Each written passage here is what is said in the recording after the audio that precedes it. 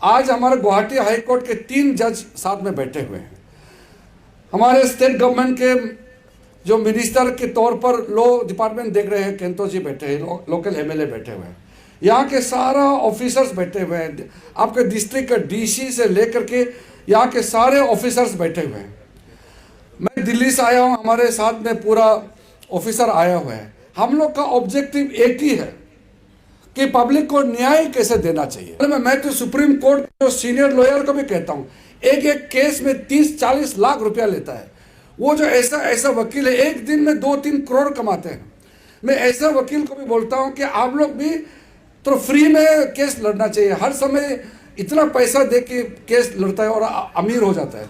अमीर होना ठीक बात है, आप केस लड़िए, लेकिन फ्री में भी लीगल सर्विस देना चाहिए। जो पैरा लीगल वॉलंटियर्स है, हमारे यहाँ जो पैनल जो बनाया हुआ, उसमें जितना भी लॉयर्स को पैनल बनाया हुआ है, मैं उसको सैल्यूट करता हूँ। कई लॉयर्स ऐसे हैं हमारे देश में जो बहुत ज़्यादा नहीं कमाते हैं, लेकिन फ्री में गरीब आदमी के लिए केस लड़ता है, और गरीबों का कोर्ट में जाने का फीस देने का पैसा नहीं होता है, उसके लिए वो वकील जो है सारा लीगल सर्विस देते हैं।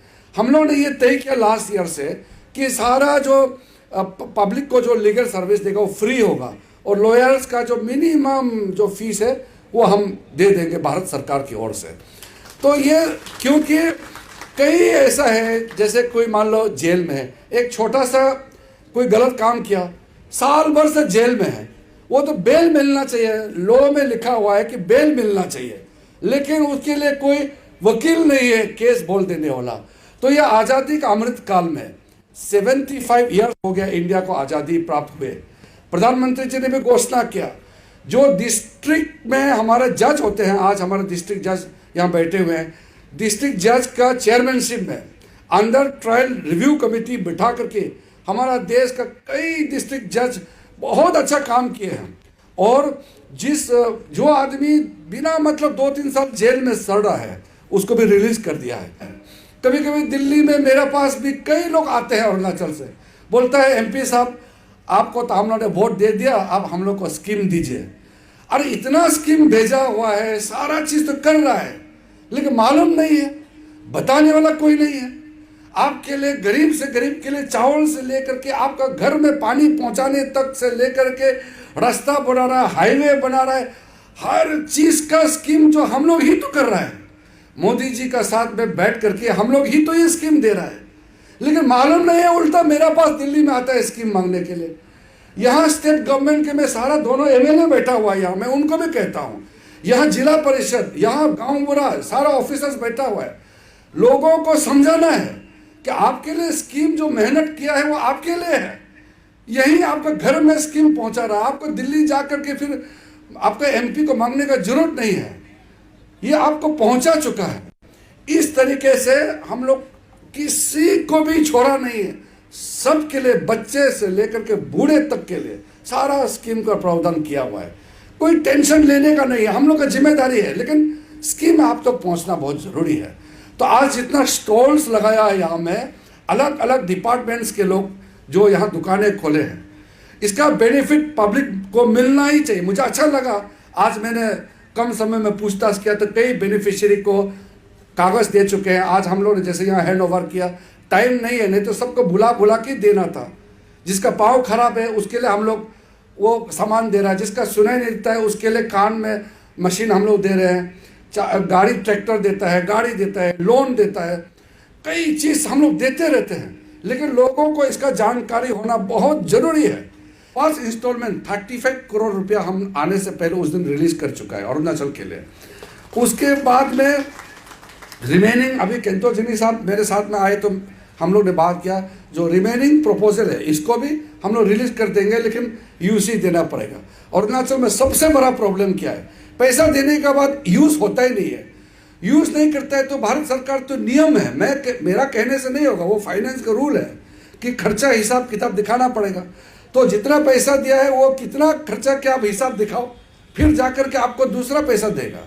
तो हमारा यहाँ यूसी आता ही नहीं है, अरुणाचल से बहुत लेट आता है, ये ठीक नहीं है।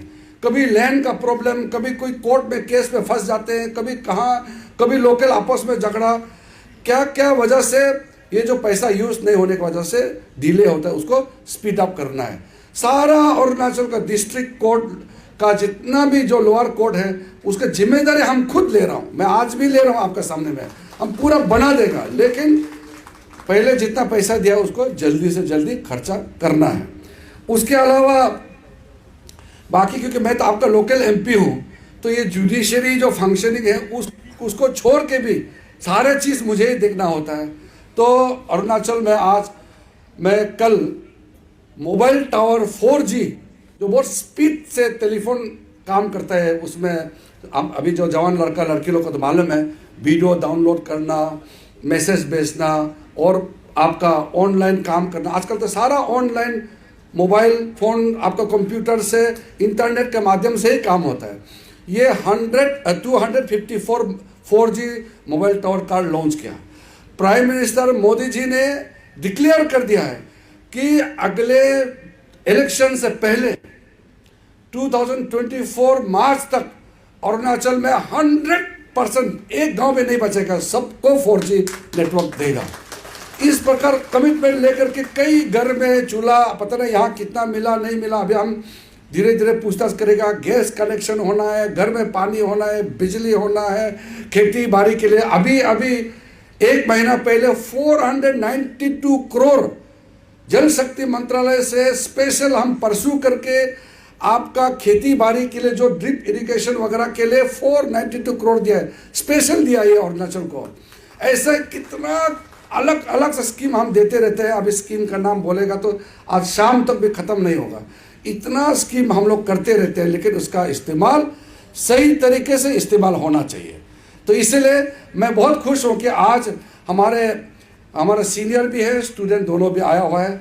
जारबम गामलिंग लॉ कॉलेज के हमको एक मेमोरेंडम दिया है, यहाँ कॉलेज में उनका अच्छा फैसिलिटी हो, इनका यहाँ एक स्टेचू बनने के लिए लिखा है, और यहाँ और ज़मीन चाहिए।